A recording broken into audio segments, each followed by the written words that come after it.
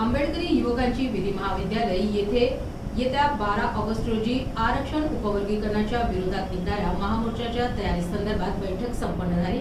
या बैठकीत मोर्चाच्या तयारीबाबत विविध पैलूंवर विचारविनिमय होऊन उपस्थितांनी आपली मते मांडली। हा मोर्चा यशस्वी करण्याकरिता स्वयंसेवक संकलित करणे, प्रसार माध्यमांचा वापर यासह दुचाकी, चारचाकी, तीनचाकी वाहनांचा वापर कशा प्रकारे करण्यात येईल याबाबतही नियोजन करण्यात आले। प्रत्येकाला बोलण्याची संधी भेटली पाहिजे। मी या मताचा एक सूचना आहे। यानंतर जर आपल्याला असं काही संकट आलं आणि परत जर काही मोर्चा करायचा आहे त्यावेळेस या हॉलमध्ये बसलेल्या प्रत्येक माणसाला मग तिथे आपले 2 घंटे जाऊ का 3 घंटे जाऊ आपण आपल्या भावाचा ऐकतोय आणि तो ज्यावेळेस बोलका होईल त्यावेळेस तो ब्रेक त्याचा तो वॉश होईल आणि पुढच्या वेळेस तो आणखी चांगल्या पद्धतीने आपलं मत मांडू शकेल।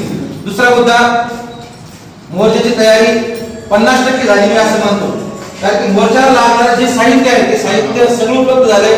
आता खरं मेन जे आहे ते म्हणजे आपल्याला प्रत्येक घरातला माणूस त्या क्रांती चौकापर्यंत कसा आणायचा। आपला 99% समाज घरामध्ये राहतो, 1% कार्यकर्ते आपण चळवळीमध्ये सुखदुःखामध्ये धावत राहतो। तो 99% समाज, त्यापैकी काही समाज जर सोडला तर आताही बहुसंख्य समाज अनुभवी नाही, त्यांना उपवर्गीकरण माहित नाही, तो सोशल मीडियाशी कनेक्ट नाही। वय वर्ष 50, 55, 60 वर्षाच्या माणसाला आणखी माहित नाही सोशल मीडिया काय।